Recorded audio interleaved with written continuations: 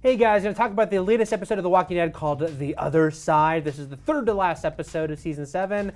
And, man, they are sure making things stretch out to that finale, aren't they? They are. They are just piecemealing it out, one little bit at a time. Yeah, this episode, I was getting a little, I was getting excited, oh, they're starting to move forward, they're starting to do some things, even though, as you mentioned, it might have been a little ill-timed. But then, of course, nothing that they try to do really came through in this episode. It was all, it's a continual setup, especially in the second half of the season, I feel, for what we inevitably assume is going to be the confrontation in the finale. Yeah, the big finally showdown with Negan, all the armies coming together, or rolling up to his camp, and it ends there more than likely. Yeah. I don't think we'll actually get the battle this season. But, look, this is Sasha and Rosita's episode. And I really did think there near the end that, okay, and we know the actress playing Sasha Sonequa Martin Green, is that her name? So. Or Green Martin Green, I think, is going to be on Star Trek Discovery. So, I'm pretty sure she's probably going to get killed off. They claimed it meant nothing. It had no bearing. She could be in both, but... But given the end of this episode and the fact that I was like, okay, we're going to see Sasha's death scene. And then it just... ends with setup for, well, Daryl is there now, that kind of thing. Yeah. I just kind of wish they had just gotten through her character's fate in this episode. I'm a little tired of the setting up and not really paying off. Yeah, everything's being very dragged out. I know that, kind of the litmus test for slow parts of The Walking Dead has always been Herschel's farm, but to me there's something that's a little more annoying about this, only because what they're trying to do is very clear. We're going to assemble everyone and go against Negan. It's just they can't make it happen yet. And so there's a lot of holding off at this point. You can almost feel more like the hands behind the camera. Yeah. Like the story wants to go there. The story felt like it wanted to end in this episode for those characters. They had to, they're kind of finally their emotional discussion, talking about the things that had happened with Abraham and all that. To anybody who knows horror movies or war movies, that's usually right before your character gets killed. Right, right. Like we had it last week on Walking Dead with Benjamin. That's the kid's name, right? Benjamin? Yeah. I thought they would go that route here. I guess maybe a good thing that you didn't exactly go the route I thought you were doing, but maybe I just really wanted that story to be wrapped up at this point. I felt like you were just kind of treading water there then. And look, there was some decent material here. Rosita's not been the most interesting character. They've been trying to kind of make her, more of a fully engaged character this season. I do laugh about the fact that her horrible scarring, where they take a beautiful woman and they put this one little photogenic scar on her. But I thought that scene with her and Sasha was a good one, where they talk about her past and their connection through Abraham and the weirdness of that, but how at the same time they're now bonded, especially in the wake of this tragedy.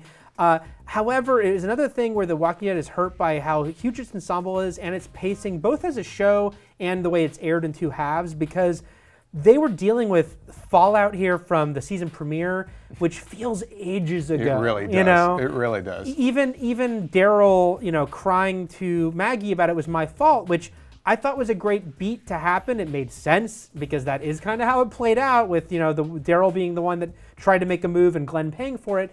But again, it's so long ago for us, even if for the viewers, if for the characters, it's more fresh. It hurt the flow of the show the way they did it.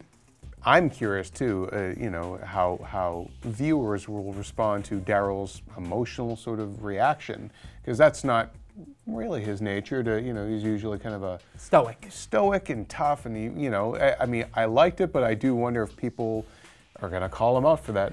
I feel like, because that he's the heart of gold guy, and he's affectionate, and he's got his love for Carol, and he looked after Beth, and so it's like, it's funny because he was being very external here with it, so I guess it's different, but you kind of know inside. It's more the timing to me that I just wish it hadn't taken so long, but... Yeah. Also, too, we finally found out questions that we had a few episodes ago, how Rosita knows how to defuse a bomb. Yes. We got the backstory and all her exes. Yeah, we got the exes and what she learned from them. So I guess it was more of a let's sort of deal with some stuff from earlier this season episode.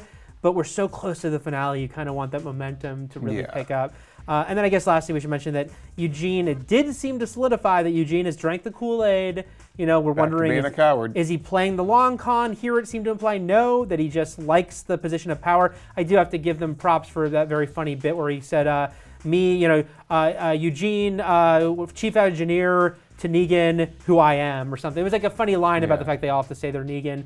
But I still wonder, I still think Eugene will have a moment of heroism before the, I'm not pronouncing that word right, but I think, he'll still maybe turn once more, but for now, it seems like he likes to be with Team Negan. Yeah, I just feel like, we had Rosita, a character I've kind of grown frustrated with. Yeah. She seems so hell-bent on doing something that she already knows that they're planning on taking out Negan. She knows that Rick is doing this. But it's like, no, we have to do it now. And it just seems so incredibly impatient and foolish to just be that hell-bent on it.